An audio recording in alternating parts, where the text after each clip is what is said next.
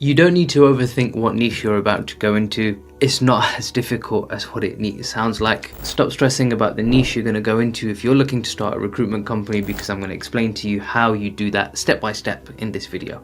And in case you're new here, my name is Mohammed Adris, and on this channel I talk about everything that's worked for me in relation to Islam, family and business. So assuming you're right at the beginning and you're considering picking a niche and you're thinking about starting a recruitment agency, or you're right at the beginning of it, then you want to follow through on this video, because not only I'm going to talk you through how to pick a niche, but I'm also going to talk you through how you can validate your niche and make sure that you have a market there that you're going to be working in and it's going to serve you in the long term. So first things first is try and pick a niche that is close to you. Like if you're really interested in technology, pick something relating to technology. If you're really interested in cars, then pick something journalism in cars or manufacturing of cars, like something in there you're going to find a specialist niche. So as I said at the beginning, just make sure you pick something which is close to you, only because you're going to be talking to these people every single day, and if you have no interest whatsoever in the topic that you're picking or in the niche that you're looking to serve, then you could get bored of it and it can become quite tiring talking to people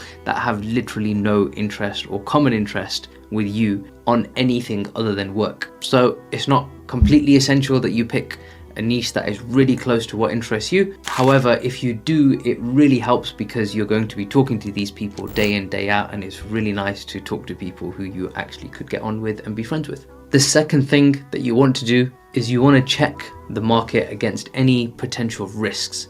And when I talk about risks, I talk about disruptors and I talk about recessions. So when I'm talking about disruptors, I'm talking about AI and technology and some of these things taking over, and disruptors, I'm talking about recession specifically. So a really good niche and a good market to go into is one that is not going to be susceptible to downfall during a recession and isn't going to be interrupted by AI. Now that may sound really difficult. However, if you Google search and you run a few things into ChatGPT, you're going to find a few options pretty quickly. And I can give you one.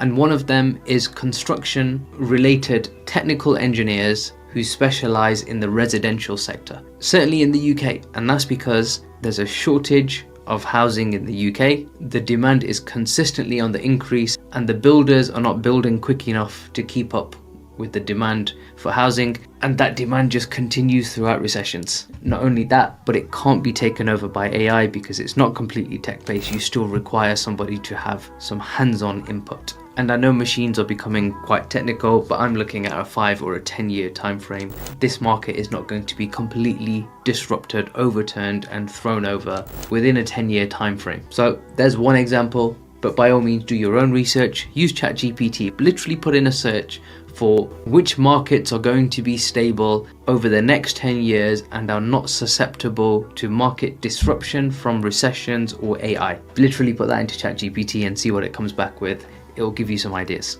And if you don't like the ideas, ask it for 10 more, you're going to get more. You want to make sure that recruitment is an acceptable service in your niche. And the way that you do that is you go and Google search the job titles that you're going to be recruiting and then the location. So for example, you might be recruiting electricians in London, in which case you search for electrician jobs in London on Google and just see what results come back. Because if you find a load of recruitment agencies advertising for jobs and there's 100 or more listings in that area, then you have a validated market. Because you've got recruiters who operate in that market, you've got over 100 jobs listed, and the rest of the video you probably don't even need to watch it, but I'm going to assume that you really struggle to find the number of listings and a competitive recruiter in that market, because if you have another recruiter who competes in the same market, they've already validated your market for you, in which case you can go for it. And I wouldn't worry at this stage that, oh, there's somebody else in there, I don't want to step on their toes. Look, if there's room for 1, 2 or 3, there's always room for 4. It just means that there's enough money in that market to feed everybody who's going to get involved. So let's assume that you can't find another specialist recruiter in the same niche that you're going to go into. Then here's how you're going to validate that niche to make sure that there still is an opportunity there for you, because this could go two ways. Either the niche you're thinking of is too small and it's not going to work for you, or you're about to tap into a gold mine and you should absolutely go for it.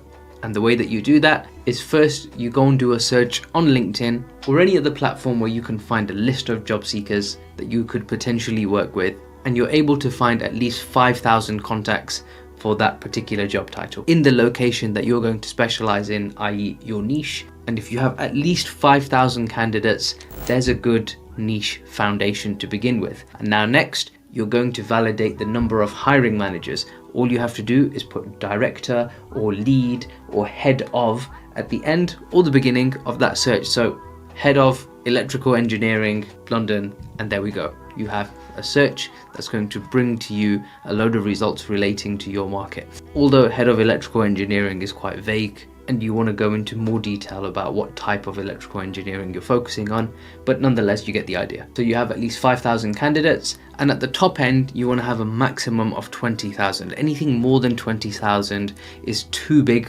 and too broad, so you want to narrow that down, and you can filter that down by location, or you can filter it down by specialism. You choose. You can just narrow it down until you get to a stable number. Somewhere between 5,000 and 10,000 is a really sweet spot, especially if you're only working on one job title. And that's one job title. Now you have to look for a second job title, ideally a third and a fourth as well. And here's how you can check if they're completely and closely connected. And I'll illustrate that with an example. If you work in IT and you are the hiring manager for first line technical support staff, you're probably also the hiring manager for second line technical support staff, meaning that there's two job titles that the same hiring manager can recruit for and hire for. So if that's the norm in the market, then for every hiring manager that you win on board, not only do you have one particular job title you could recruit for, but a second one and potentially two opportunities. But there's a point to note. If there's somebody who hires first and second line technical support staff, they might also be the hiring manager, if they're a small company,